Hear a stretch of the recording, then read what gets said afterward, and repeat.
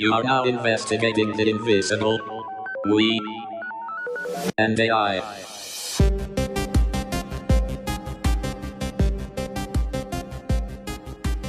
Hello, and a very warm welcome to Investigating the Invisible. In this series, you'll be joining myself and my co-host Peju as we examine the hidden ways AI is changing the world we live in. This episode is a particularly good one because we are exploring the impact AI is having on our jobs and the world around us. And this just so happens to be Kevin's area of expertise. So, Kevin, no pressure. No, none at all. So does this mean that my job as co-host is at risk if I get it all wrong? Well, actually, fear of job loss is a really good place to start in this episode, I think, because that's one of the main concerns people have when it comes to AI. So I'm just going to read out three recent headlines on the subject, and they'll be linked in the show notes. So Bank of England, economist warns thousands of UK jobs at risk from robots and AI. The second one is job loss from AI. There's more to fear. And lastly, AI and unemployment. Which cities face biggest impact? These are some pretty scary messages, and that's why it's so important to question them, which is what we're doing today. Exactly. We're going to explore beyond the fear and the headlines and try to understand what AI really means for the future of work. And that doesn't just mean employment itself. It also means how we'll do our work, how we'll be hired, what kind of work we'll be doing, because AI will impact all of this too. So let's get started asking some questions about AI and jobs.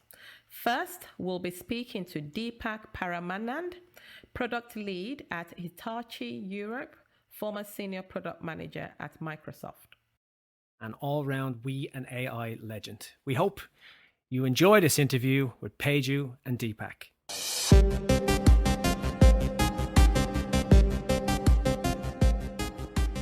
So AI is definitely making an impact in all of our lives.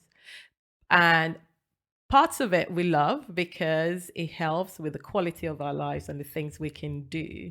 And other aspects actually worry us, from facial recognition to, banks determining if we can get a loan or not. But most importantly, around our jobs, right? Because as you bring in the systems that, enable, efficiencies, automation, then the question is, what impact is it going to have on us as a workforce? So let's talk about, how AI can impact our job or how it is going to impact our jobs. What is your thoughts on that? So I like to quote from a famous gentleman, Stephen Wolfram, and he very, very succinctly said that the more describable your job is, the more automatable your job is. And what that he means is, if you know that your job requires these 10 steps in this particular order, and there is not much variation to it, that's ripe for automation, and that's ripe for a machine to take that away from you. Whereas if your job involves a 10 steps, but the steps themselves are not defined, you get to work in a whole new environment every single day, it's less describable. And you may not even do 10 things. You may do 20 things a day, 5 things another day, and it's less and less describable, the less and less automatable it is. And this has been there even before AI. For example, accounting software came into play to make accounting easier. So I wouldn't say AI is the bane for everything. Automation has been around, but the thing AI has done is it is now able to read the data, make the connections between the data, and make that automation accelerated. So for example, if the audience knows the ERP software, you needed to open up 10 to 20 screens, click 10 buttons, enter data into 20 other boxes, and then move on. Now, because you're able to understand relationships with data, you have 5 screens, 5 boxes to type in, and 3 boxes to check, and 1 box to submit. So even that automation has been achieved now because AI can form these relationships we couldn't form before. So I would say the more describable your job is, the more worthy it is of automation. The more creative it is, the more unique it is to what you're doing, and the more multi-skilled you are, less describable it is and less automatable it is. I know there's been a famous saying that be a master of one, not a jack of all trades. Sorry, this world of AI, you have to be the jack of all trades. And if we are the master of one, that master of one is easily going to be replaced by AI. So this is a paradigm shift for that now happening. So I think what I'm hearing you say is that, humans in the way we work, we need to move away from the mundane box checking type activities, outsource that to a tool, an automated system, an AI system that can do it more efficiently at a larger scale. And then we upskill and do the higher level thinking in our roles. So ultimately, we evolve in the way we work. So can you paint us a picture of what a day in the life of a future worker who has all these AI systems alongside them is going to look like? So let's take an example of a doctor. So you're a radiologist today, you look at scans of people and then say you have cancer or not. I want to imagine that a new way to say, you take a scan, that it comes to you, and the AI can tell the doctor that the person has cancer or not. And the doctor can now, equipped with AI, move away from diagnosis of the problem to assurance of health. For example, he might say, no, you don't have cancer, but the AI has told me other things about you that you compare to a much larger database of individuals. We can tell you that if you do these things, you can be assured of your health. So you can now pay me not to fall sick every year. Because today you pay me to cover the case where you fall sick, but tomorrow you'll begin to pay me, say 100 pounds a month, not to fall sick. So I will monitor your data. I will give you input so that you don't have to fall sick. You don't have to lose your productivity. You don't have to go to mental health and stress and issues, so that you can become creative and again, give yourself time to upskill and be more creative. I can definitely see the health industry moving from, causation to health assurance. And that's one picture I have in my head of how AI can help doctors. So the messaging is actually AI is not going to take all the jobs, but actually make us work better and differently. Yes, because who doesn't want a mechanical engineer who's good at poetry and painting and singing and dancing? Problem is, we've never thought about that. Who doesn't want an oil driller to be singing sonnets? Why can't an opera singer also be an accountant? Because we've never experienced that. We've never thought about those things. Now it's freeing up to do all those things. For example, why can't I have a stand-up comedy slot 1 hour every day at work? Just like me, somebody wants a knitting slot, somebody wants to paint, somebody wants to tell stories or poetry. That way we can enhance our own creativity and be more random, be more undeterministic, whereas an AI is predictable and not random. So let's explore, let's free ourselves up to be us, the unpredictable, creative, random beings we are, and not box ourselves to be the box checking, persons that we are made out to be. Yeah, and I think that theory to me sounds very exciting. But we need to take it with caution, right? Because I don't think that can be applied to all industries. Within health, we've seen systems that have been, for instance, trained to read, images, radiographic images, and they haven't been shown to be as good as consultants who've had years and years of experience in picking up certain diseases or changes in a patient profile. So whilst the idea is, something I think is an aspiration for us as as humanity, I don't think we're there yet. What do you think about that? We're not there yet. For example, I'll give you another example I'm facing. So I've signed up for being an NHS volunteer. So each time I get a message on my app to say somebody needs help, 9 times out of 10, it's an elderly person who's lonely. And that's very, very sad for me because I thought family and friends would help him. So I'm now thinking, if the creative jobs are still there, why can't we upskill everybody else to go and help these elderly people be a little more engaged? So why can't we upskill the doctors and nurses are doing a great job, but they can't do this all the time everywhere. They have lives too.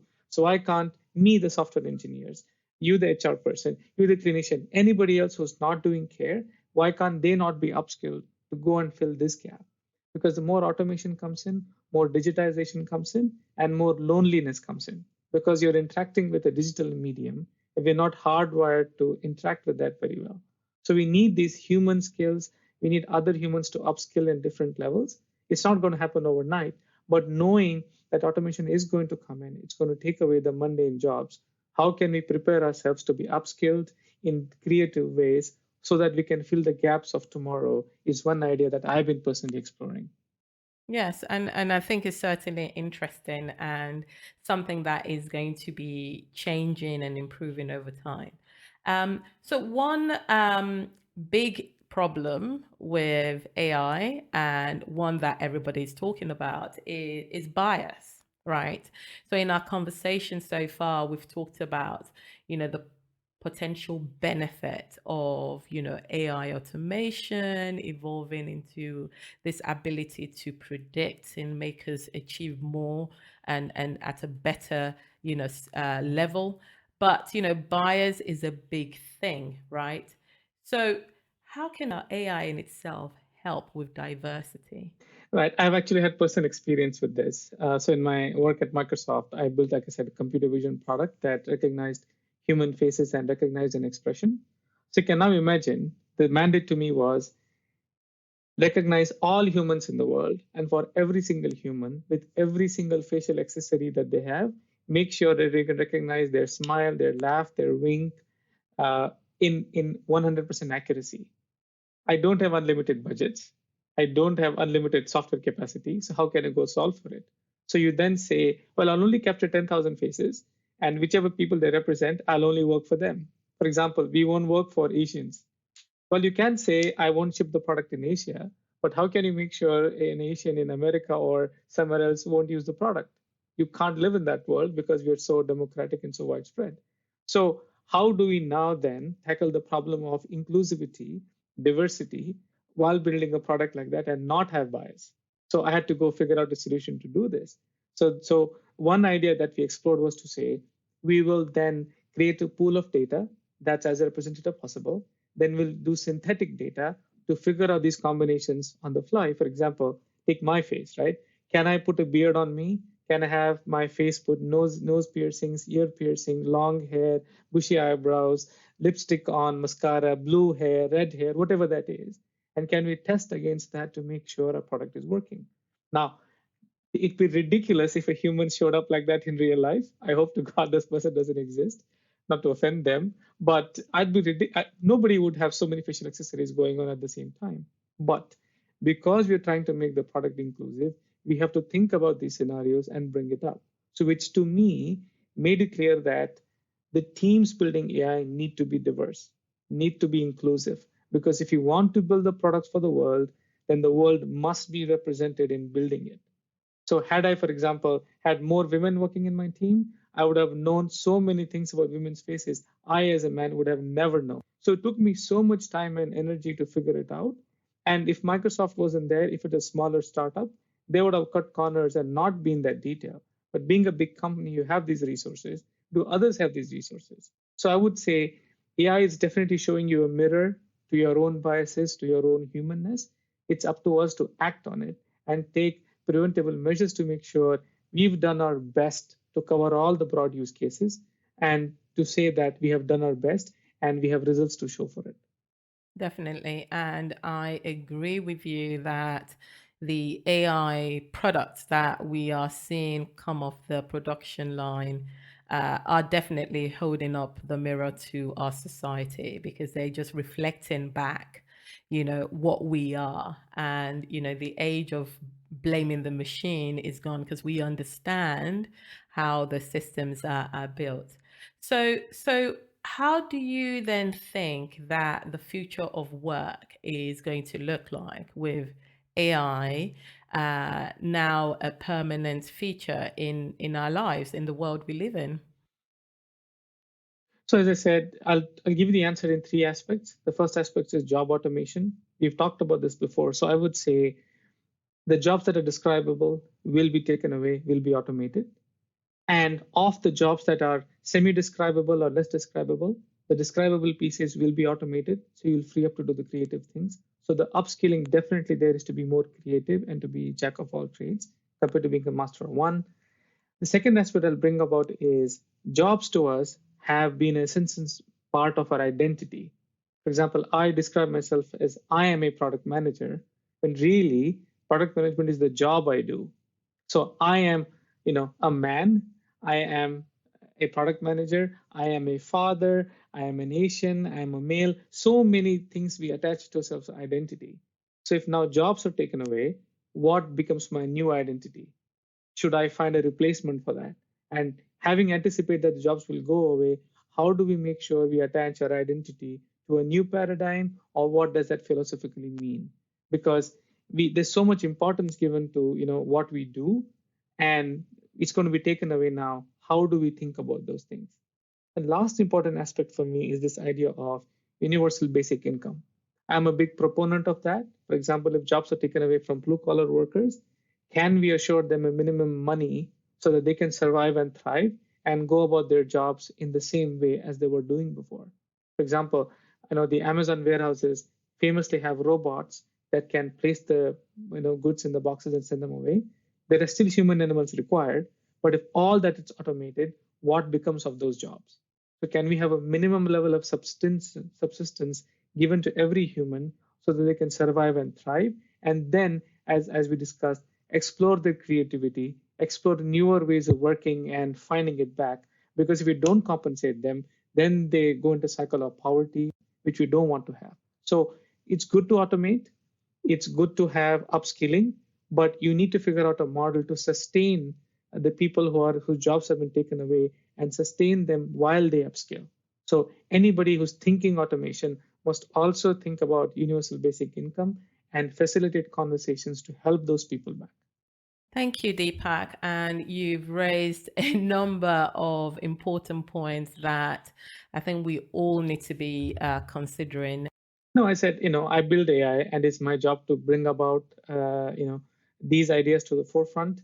Mahatma Gandhi once famously said, "Be the change you want to see in the world." I'm trying to do that myself. I'm teaching my son to code. He's 7. He's going to learn to code. I volunteer to teach to code elsewhere to tell them that it's no longer a want, it's a need.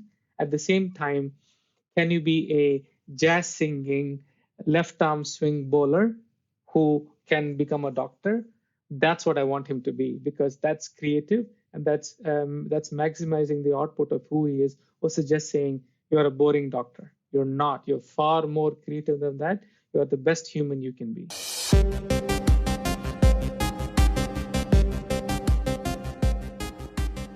Okay, so great interview. What did you think about that, Yeah, Peju? I thought the interview with Deepak went very well, and he really got me thinking about my creative side, okay? Because I wouldn't say I am very creative, but he's got me thinking about it. If I had more time to do less, mundane tasks that AI can take off my plate, what would I, spend my time doing? Yeah, so and trying to be more individual now. It's what Yes. makes us unique. Is it just what we do, or I suppose even if you combine it now, the time that we have from automation and AI, picking up all these tasks that nobody wants to do, and not having to commute, you've got an extra bit of time for hobbies Yes. in the morning, maybe later in the day. So what else are we going to learn now? What's going to make us unique and difficult to replace? And having, like, what did he talk about? A jazz singing left arm swinging son, or an opera singer that's an accountant. So what are the transferable skills? So what do you bring from being an opera singer into accountancy that makes you more valuable than somebody who's just a bean counter, a straightforward bean counter? Maybe being jack of all trades and master of none is maybe not such a bad thing anymore. Maybe that's what we should be working towards. I wonder what skills that you bring into work that you have that aren't necessarily professional skills, because I'm sure we all have them. We all have different interests, and might be listeners that are into music, and that might help them in work somehow. But what about you, Peju? So I know you're an amazing baker, and of course you're a mother as well. I am not a father, so I don't have those skills yet from being a parent. But what can I learn from being a parent and baking, and how could you bring that into work? How did those skills Well, transfer? being a parent, you have to be adept at, multitasking at a ridiculous level, listening, understanding, cooking, washing, you name it, being the support. So I think, I do bring that into my professional life. And sometimes I probably juggle too much with work. So that's quite interesting. In terms of the baking skills, I think really it's about delivering cakes to my colleagues, basically. That is what is important about my baking skills. Yeah. So don't tell us you can bake or how good your baking is. Bring the cakes in. Yeah, yeah. Or having all the right ingredients to end with a good outcome. Yeah, when you start with the Yeah. right ingredients, you'll end with I something. don't think people care about that. They just want to eat the No, cake. they don't care. But saying that, Kevin, I do know one or even two of your special skills, okay? And one of them I love, right? So I know, okay, that you have a pilot license, very interesting. But I also know that you used to be a Michael Jackson impersonator. What? Oh God Almighty! Yeah, well, it wasn't a full-time job, but it was a sideline. Yeah, kind of did it as a child, and then kind of got noticed when I was a bit older and offered a few gigs. So, yeah, that's something I've done. Have I used it in work? Oh, okay, maybe on a few nights out with work colleagues, perhaps. I'm not sure how transferable that was, but aviation skills, absolutely. There's loads of transferable aviation skills. How could I use them now? Well, on a day-to-day basis, there's a lot of best practices that I will use, and that's how people work together, how two people work together in a cockpit is very important. How you pair up and team up and communicate with people. So with Deepak's conversation is really, again, as I say, the reassurance that, AI is not going to take our place or replace us anytime soon. And instead of thinking about AI as this negative looming disaster that is going to happen to us, start looking at it in a more positive light. There is a lot of work for us to do, and as we cover in our series of podcasts, looking at bias and things like that, there's a lot of work for us to do, but AI could be that thing that frees us up to explore the creative side of what makes us who we are. Yeah, to be more human. Now it's time to hear from our next guest. Jeff Wellstead has had an incredible 25-year career as a HR leader, helping organizations across investment banking, consulting, and technology to prepare for the rapid growth. Yeah, it was an excellent interview. I hope you guys enjoy it. We're going to talk about the future of work and the way roles are evolving. So here it is.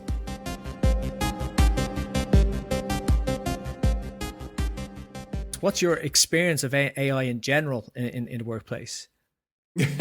Minimal. The term artificial is definitely there. Intelligence, not so much. And arguably, I guess what we're still seeing is a lot of companies claiming AI presence and capability, but in truth, what they have is machine learning. So if you have sort of raw data at the base of the pyramid, then you have two-dimensional data where systems of record are capturing that data and categorizing it as sort of the second layer. Then the third layer up is then doing something with it. So taking a look across the different data silos and starting to kind of match, kind of patterns that are emerging and starting to make sense of it. That's sort of the third layer up. And then sort of rudimentary artificial intelligence is sort of the top layer. And then there are sort of variations and gradations of maturity in terms of what that artificial intelligence looks like. Most of the systems that I'm aware of and work with really kind of operate on the machine learning side of the equation. They're really pattern matching.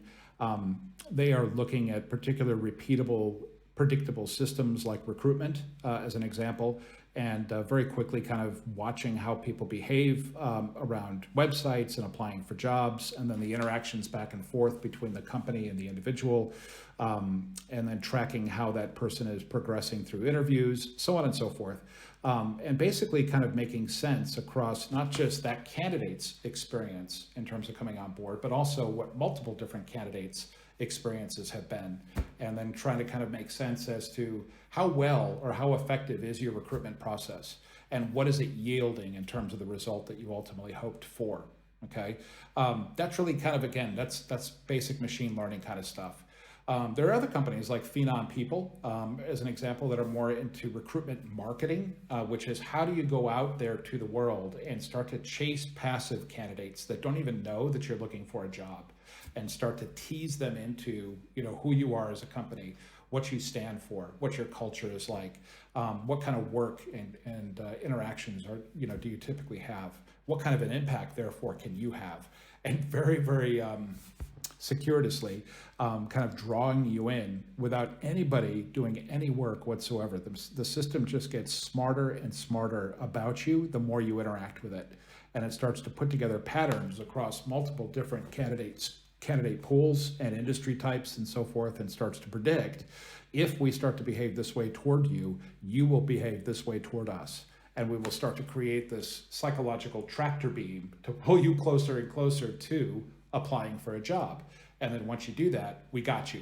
Now you're in the system, and we can actually chase you up. And I didn't have to do a heck of a lot of work as the recruiter to make that happen. So I'm starting to see some inklings that those things are happening. You got any examples, kind of use case examples in HR where AI got it wrong? Yeah, there are a couple of examples. I mean, the very famous example we now know is the one where Amazon experimented with teaching an algorithm how to basically go and seek in the market what they thought good looked like.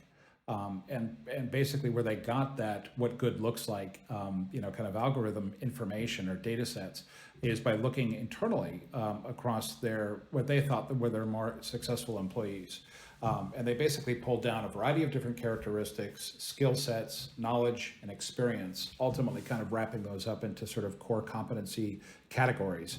And then basically taught the algorithm to go find people who do this and assess people and test people against these attributes, and then come back to us and include those people in the recruitment process, but reject others who don't meet this criteria.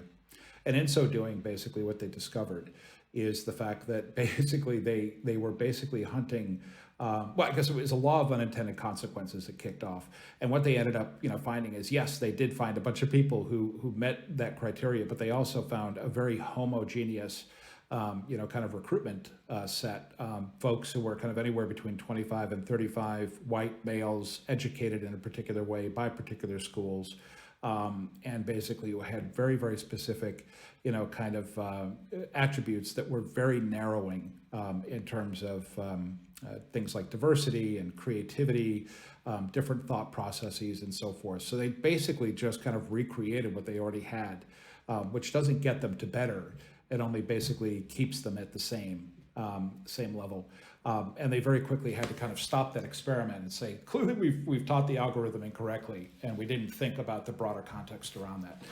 So that's one example. And look, there are a number of recruitment tools that do exactly that sort of thing. Pymetrics, as an example, has a series of very fanciful and interesting psychological, numeric, and logic tests that will basically, go and assess candidates in ways that are not obvious in terms of what it is they're looking for.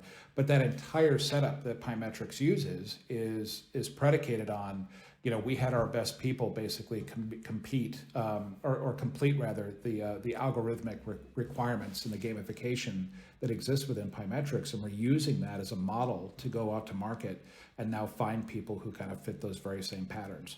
So look, we're going to have to be careful, about what we teach our machines to go do, because they'll just go out and do exactly what we teach them to do. I like the Amazon example because that was 6 years ago, and we learned a lot from that.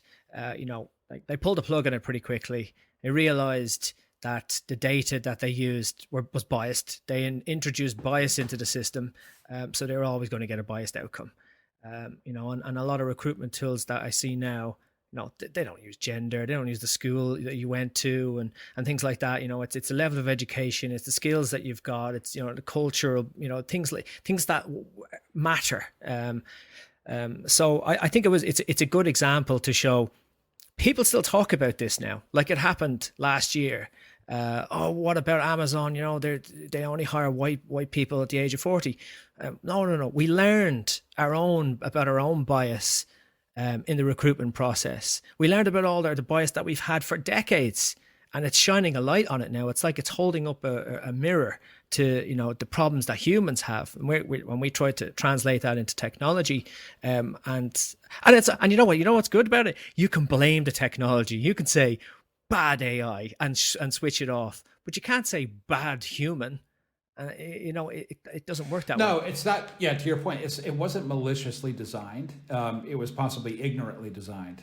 Let's put it that way. And I think that's a fair point. I mean, look, I'm not saying that there are not intentionally biased organizations out there that potentially look to recruit, in their image. I'm sure that probably still continues to this day, much to their own detriment, because they're not getting the right thinking into the organization, frankly, to help them think, of course, in 21st century ways. So look, bad on them.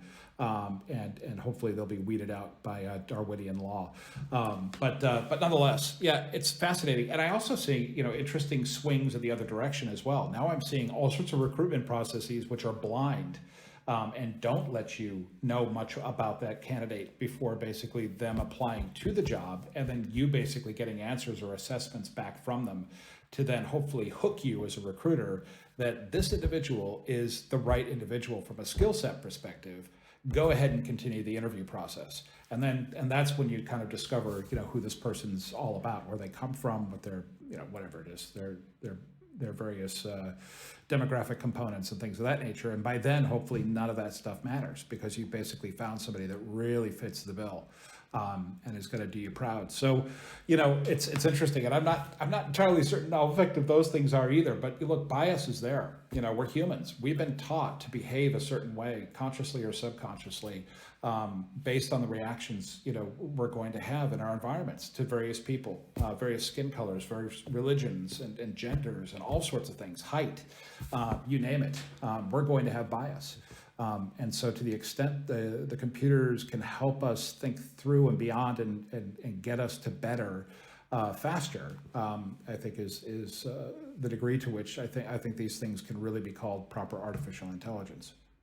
These like that was always destined to fail, that project. If we want to do things that we used to do in the past and think we're going to have a good outcome now, that's an unrealistic expectation, because even the things that we're doing now in a few years' time perhaps will be deemed irresponsible or wrong or unethical or whatever the case is. So I think the definition of what good looks like needs to be reviewed continuously. Yep.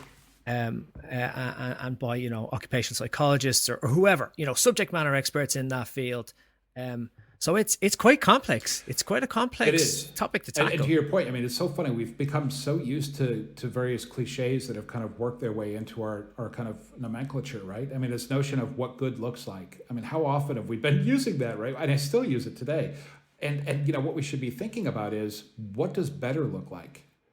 You know what I mean? And that's the kind of way we need to be thinking about it. Is I don't just want an algorithm, to your point, that tells me what I've already got, and then goes and gets more of that. I want an algorithm that says, here's what you got, but here's what's wrong with that, and here's what can be better. Have you thought about it this way or that way? And that would become, again, predictive analytics, on through to what they call prescriptive analytics, which is, here's the stuff I've looked at, and here's what the outcomes are. But what you're describing is an outcome that's way over here. So I'm going to do a gap analysis, and I'm going to tell you, if you behave this way, this way, this way, and this way, in those patterns, you ultimately will basically get a much better result, and get much closer to gap. In the past, and I've worked in technology for about 20 years or so. You've probably a couple more years in that space, but in the past, you rarely had to consider the ethical impact of investing in technology. That was never a consideration. Yeah, but now you do. Now you do, and especially like in HR, I think it's an opportunity for HR professionals to be the guardians and models of ethical and responsible workplace. So to step up and say we need to invest in our data culture. We want to uphold the ethical values of the organization. So perhaps there's new roles to be created in that space. What do you think? You're absolutely right. We need to think about the efficacy and safety elements, pulling that out from the recent vaccine, requirements in these phase 3 trials. But I think it's a good analogy. We have to think about the efficacy, safety, and capability of these software elements coming together. Is it getting us any closer to better? Is it helping kind of weed out our own, kind of conscious or subconscious bias? Is it helping us become a diverse organization that is bringing in new ways of thinking, new ways of doing? Are we opening ourselves to disaster by hiring in our own image and narrowing the focus of the people that are going to get us further? Or are we actually opening ourselves up to the future by constantly involving new, fresh, kind of curious and capable minds that are going to help us rethink everything as problems and challenges are always going to keep popping up? So look, yeah, absolutely. I think we're going to have to double check the algorithms and the data going into them. I think we're going to have to, before that, even have to clean up the data and think about the data we do gather and make sure we are gathering the right data and that data is being scrubbed in the right way. So it really starts to teach the algorithm to do some pretty fancy, wonderful things and bring that promise to reality. And then sort of the integration elements in terms of how do these different systems need to come together to create a seamless and frictionless experience for everybody who uses them. And then how does it ultimately going to be elevating our game so that we as humans with these wonderful giant supercomputers in our heads can actually start to use those things in ways that we haven't been able to in business up until now because we've been in the weeds with too much manual process and having to do all this thinking on our own. So we've covered off the challenges that we're facing, some of the opportunities that are there. Now let's take a viewpoint into the future, right? And have a look at a Harvard Business Review article about the 21 jobs of the future. I've got a couple of those here. Let's go through them. I'd be interested to see which of these roles might emerge in your opinion, and perhaps what other ones they've missed off, right? But we're not going to do all 21. we're just going to take 5 or 6. So let's go through them. So chatbot and human facilitator. Yeah, that's a lot more complicated than meets the eye. So if you think about what goes into the creation of a really useful and powerful chatbot, you can either basically go super basic and just have that chatbot pop up when you just want a couple of really quick manual questions that are required from everybody to be answered. That's great. But in truth, the real value of chatbots is for them to actually feel a bit more artificially intelligent. We actually want to kind of have that human experience of that chatbot getting smarter about the answer I just gave you and actually coming back with something that's much more relevant, much more powerful, and much more, kind of leaping towards what it is I need the chatbot to do, as opposed to being rote and being repetitive and taking me through a very painful process of asking me things that I've already given answers to, or making me feel like a bit of a stooge, like a 3-year-old, kind of playing an online computer game.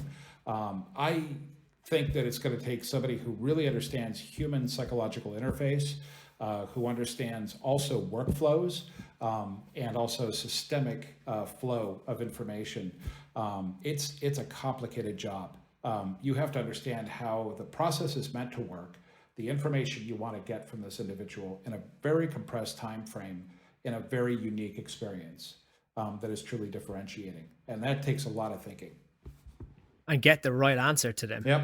Yeah. So you'll have to, wrangle in your subject matter experts from different parts of the business, etc. Yeah. So that's an almost a full-time job. That's easily a full-time argue. job. Yeah. Possibly two. Yeah. Maybe. Yeah. A team. Okay. The next one is a HR data detective. Yeah, well, it depends on what it is you're looking to do, but it's really interesting. Some of the analytics tools, the people analytics tools that are coming online.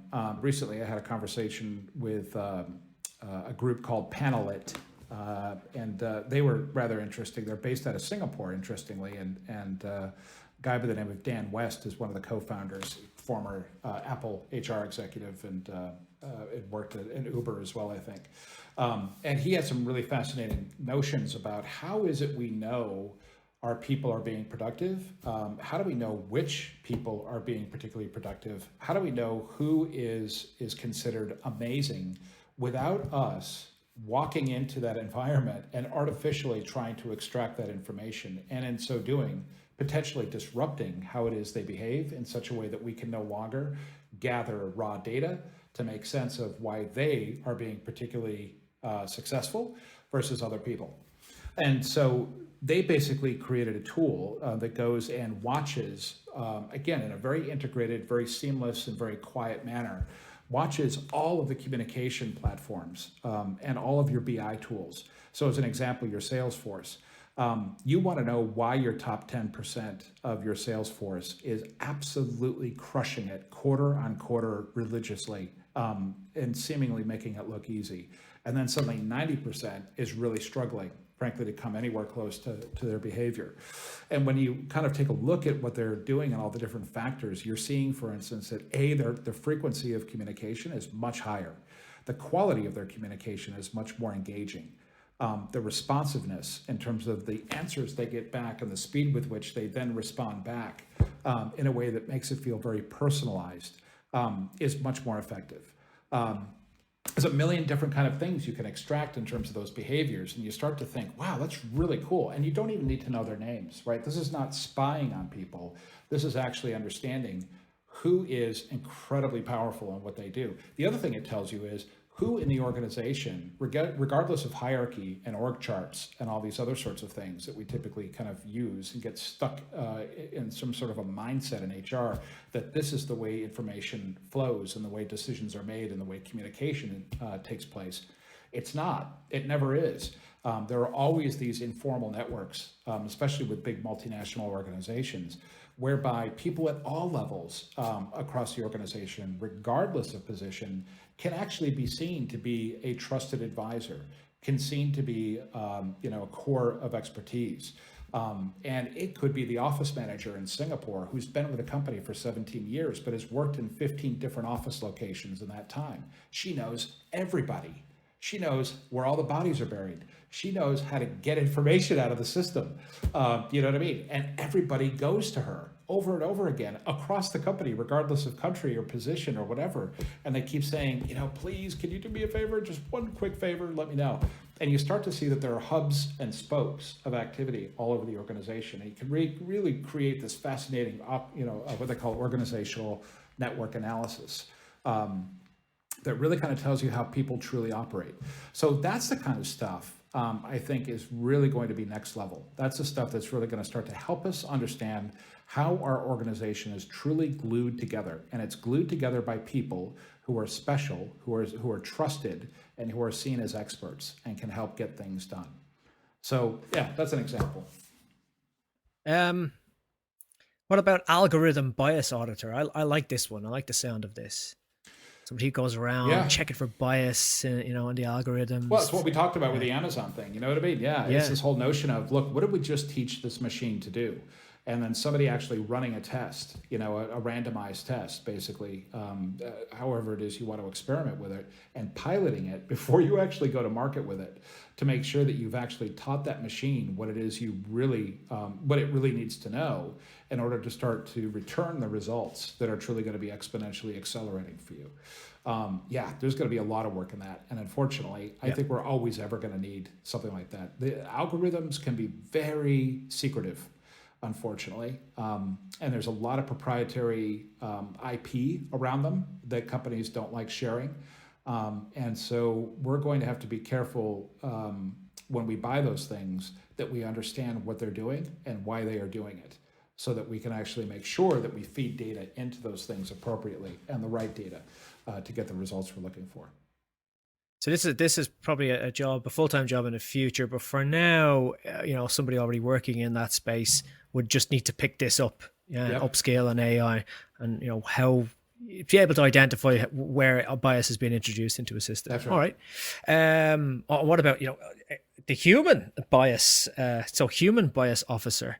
I've heard of a few large organizations that are investing in this now. Yeah, look, I think it goes along with the notion of diversity and inclusion, which in and of itself is a bit of a shame that we even have to call that position out. But hey, we're humans. We're obviously fallible, and we have to understand that this is based on 100,000 years worth of painfully slow evolution that has taught us that survivalistic learning is what's going to get you by. And that's basically what makes us up at our core. We've been taught, rather, that fear teaches you how to stay alive. Fight or flight responses basically keep you alive. Checking out what the differences are between people in my tribe versus people in another tribe who may have ill intent in terms of taking our food or behaving in a way that's detrimental to my tribe. We've been taught those biases too. And those things are deeply ingrained, and you're absolutely right. They will be there for a long old time. Sadly, there's not a pill we can take or genetic, kind of therapy, unfortunately, we can inject that will fix that. But importantly, if you become self-aware and self-conscious of the fact that, look, I have these things. They are here. They are basically part of my readout every time I engage with somebody who I've not met before. And I have to be consciously aware of those things and basically to unpick those things and throw them out as I go. And this individual, this job that you're talking about, can basically help us understand how do we ask the right kinds of questions and basically behave in the right kind of dispassionate manner across all different populations of individual, across all different demographics, and really get to the heart of whether or not this individual is going to ultimately help us on our mission and our vision to kind of get to where we got to go. And I don't care what they look like, where they come from, how old they are, what their genders are, nothing. I don't care about any of that stuff. What I care about is, do you have the right stuff? And the right stuff is defined by... All right, I think the last one then, human-machine teaming manager. How important will that be? Well, they already exist. They exist in manufacturing environments primarily, where people are interacting with robots. It's going to get much weirder going forward, as you can imagine. So dealing with a mechanical robot to kind of complete a complicated manufacturing task is one thing. And teaching people how to kind of not fear the bot, but kind of engage with it is kind of the direction going forward. And look, machine-human learning interface is something we have to get used to. So we can have these kinds of, so people can have this level of understanding about what machines are capable of doing and what the differences are in terms of what they basically utilize to get the information they then share with us, and then what we need to do with that information to basically pass it along and assimilate a higher strategic level of thinking. I think it's going to be important that we have that level of consciousness, and we have some level of instruction about how it is we deal with the AI machinery that we're going to be encountering and working with moving forward. And of course, it's augmenting us. It's not replacing. So how to best work in harmony together. Yeah. So how can I kind of superpower myself in this role to, hire the best people, or train, or find the best talent within the organization, or, and just kind of having, for want of better words, just more equal opportunity for everyone. Yeah. To be the best version of themselves. So yeah, this has been really interesting, because you can see, a lot of people seem to worry about, is AI going to take over my job? But new roles that have been created as a result of AI. So, there's a lot more opportunity being created out there that perhaps we're not all aware of. And we've only just shone a spotlight on one industry, which is HR right now. So it would be interesting to look at the other industries out there. Closing question for you. What we like to do on the show, and it's a recurring theme, is we ask our experts, that's you, to provide us with a question that we need to be asking, right? So all the professionals that are tuning in to our podcast, so we want to arm them with the right questions about AI, right? So the question for you is, what should we be asking of ourselves to help us stay relevant and valuable in a world of constant change? Well, I guess it goes back to some basics, to be honest with you. And I think it's really important never ever to forget these things, in that what value, is it that I am bringing, to the table, basically to help humanity basically get through this change. I don't mean to kind of make it sound so Pollyannic as if I'm some kind of Mother Teresa type character, but the question I always ask myself is, what is my sense of purpose? What is it I'm put on earth, to do here in this moment, in this time? At this particular moment, what am I capable of providing in terms of service and support to the situation that's happening? So, and what information can I bring to that equation? What tools can I use basically to help empower, my mission or vision around this whole thing? And I think the way we need to think about it in organizations as well. Look, ensure that we are there, present, and in the, as a first responder, in the guts of that organization to figure out where we can have a positive impact. And I think we forget that stuff. I think we get stuck in our silos, and we basically kind of do the same thing we always ever do, expecting a different result, and it never comes.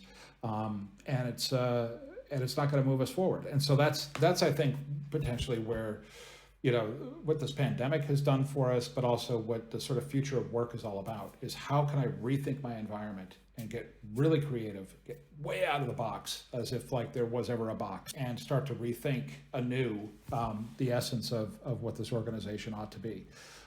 So that's all. I think that would be my response to that. So to, kind of be aware of the constant changing nature of things, and to upskill, to start, doing new things, adding more strings to your bow. Essentially, this continuous learning thing, it's a bit of a joke that frankly we even have to call it out as like sort of a thing that we should probably do, is continuously learn.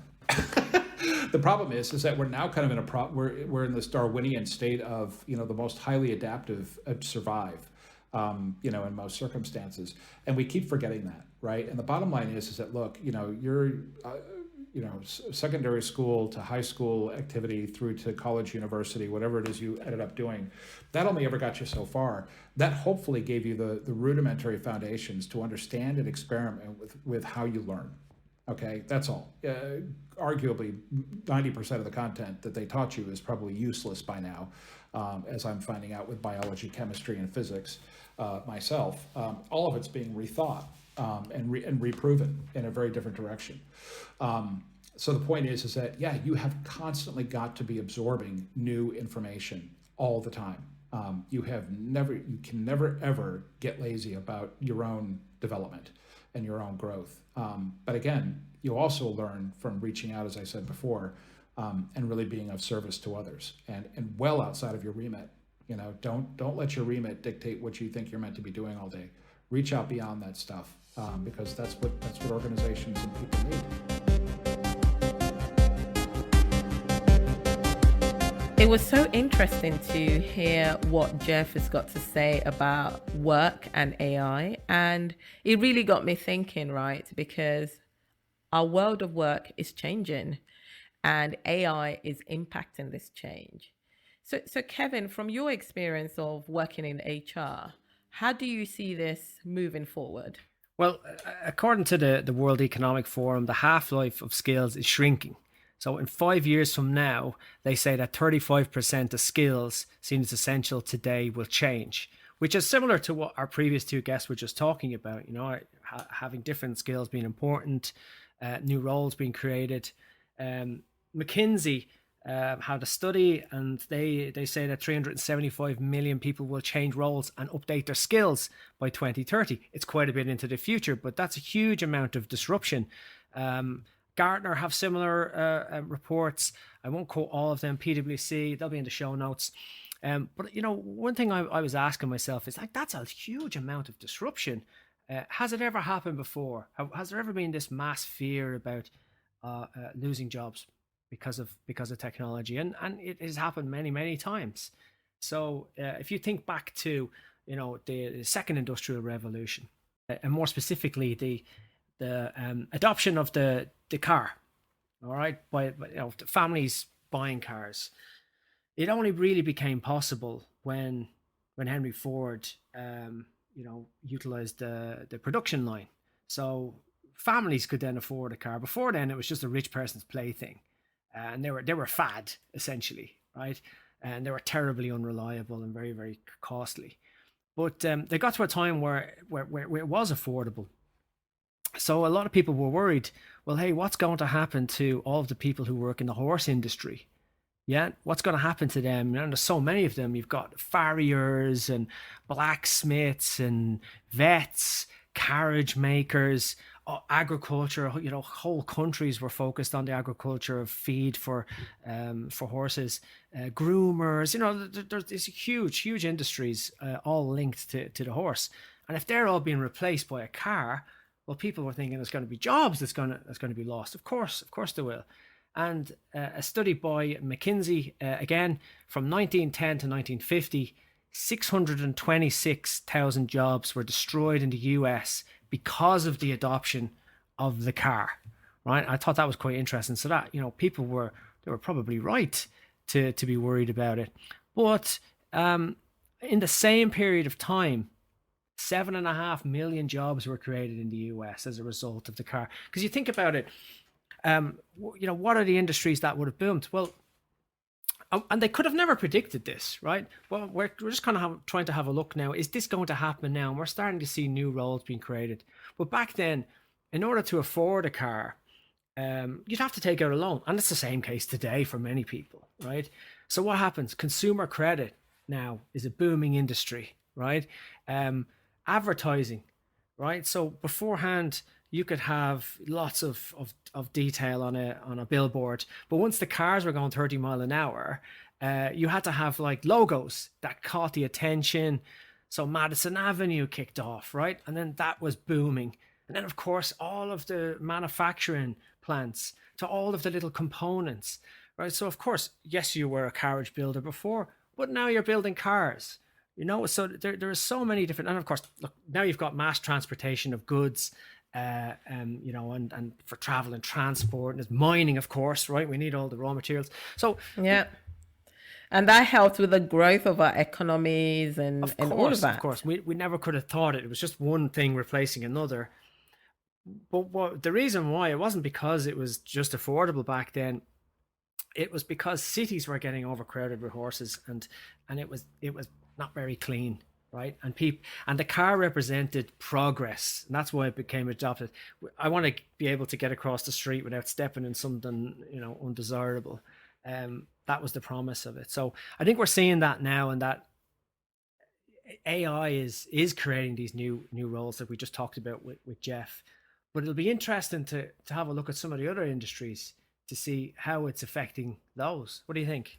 Yeah, that is just a fantastic way to use an historical context to explain what we're seeing, and the ask of us is there, and I think is high, because learning a new skill isn't easy, or thinking of how you can adapt your expertise for a new role. But it is a challenge we have to take on as things evolve. AI isn't going anywhere. It's not where we want it to be or where we think it should be at the moment. But what is very clear is that it is going to continue to grow and be around us and impact our jobs. So I guess what we have control over is how we react to that. So take on the challenge of understanding how AI impacts your job, your role. Ask the questions. From our two guests, they have laid it clear in terms of the opportunities, but also areas to question. And face it boldly and not fear, AI, taking over and all the robots taking over. Yeah, and I think this is something we'll have to ask many of our guests, because we're not economists at all, so we can only really just have a viewpoint on what's happening now. We can't tell what's going to happen in the future. Is it going to be the same as when the horse was replaced? We don't know that, because it's different types of jobs, but we are going to be asking people. So yeah, it'll be interesting to find out more about it. So, with this episode, Deepak and Jeff have really gone into the topic of, AI and jobs. And it's a good opportunity to understand what's happening in the landscape. But Kevin, what questions can we take away from their conversation? Well, Deepak had a great one there, which was, is my job easily describable? Am I easily describable? Yeah. So on that kind of leads on to, what is the unique skill set that I have that makes me valuable? So if you want to be valuable, you need to be, difficult to replicate. Okay. So unique. That's what value is attached to. That's the way it is right now.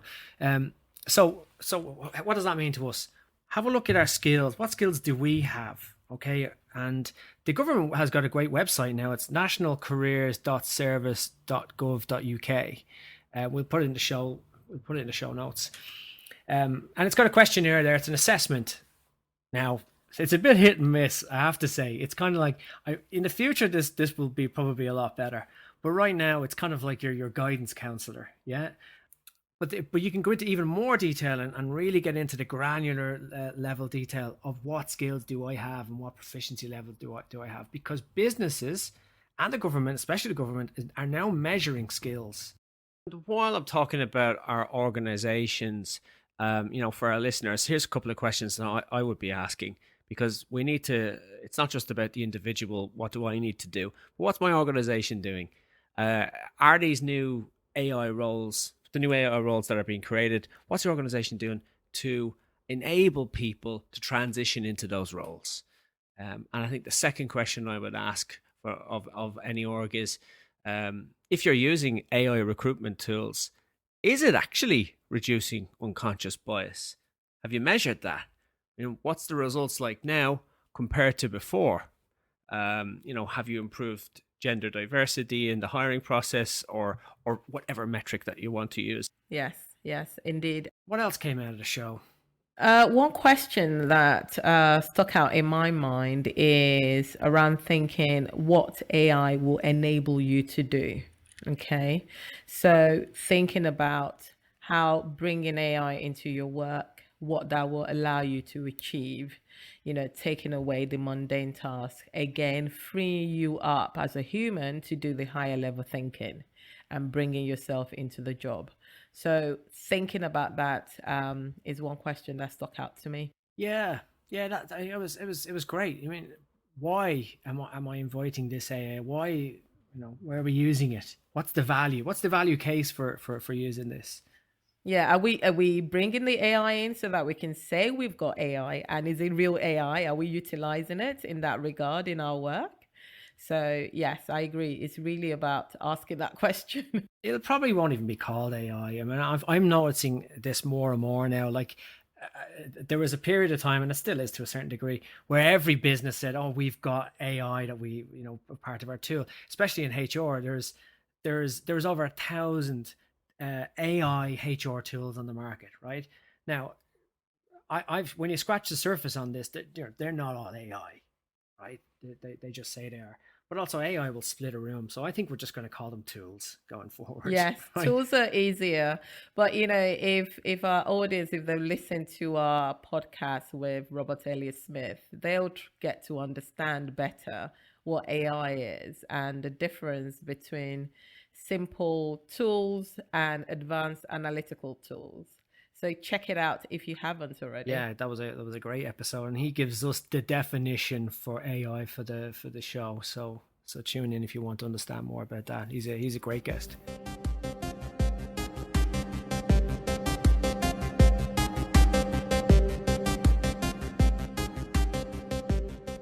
So thanks so much, Kevin, for taking us through that whistle-stop tour of AI in jobs. It's been a really interesting journey, even though I know we've only just scratched the surface. We really have. So if you've got any more questions about AI in jobs, or you'd like to suggest a particular area of this topic that we haven't yet covered, tweet us at We and AI Podcast. And we'll try to investigate them in a future podcast. And if you like today's episode, it would be great if you could rate it or maybe even leave us a review.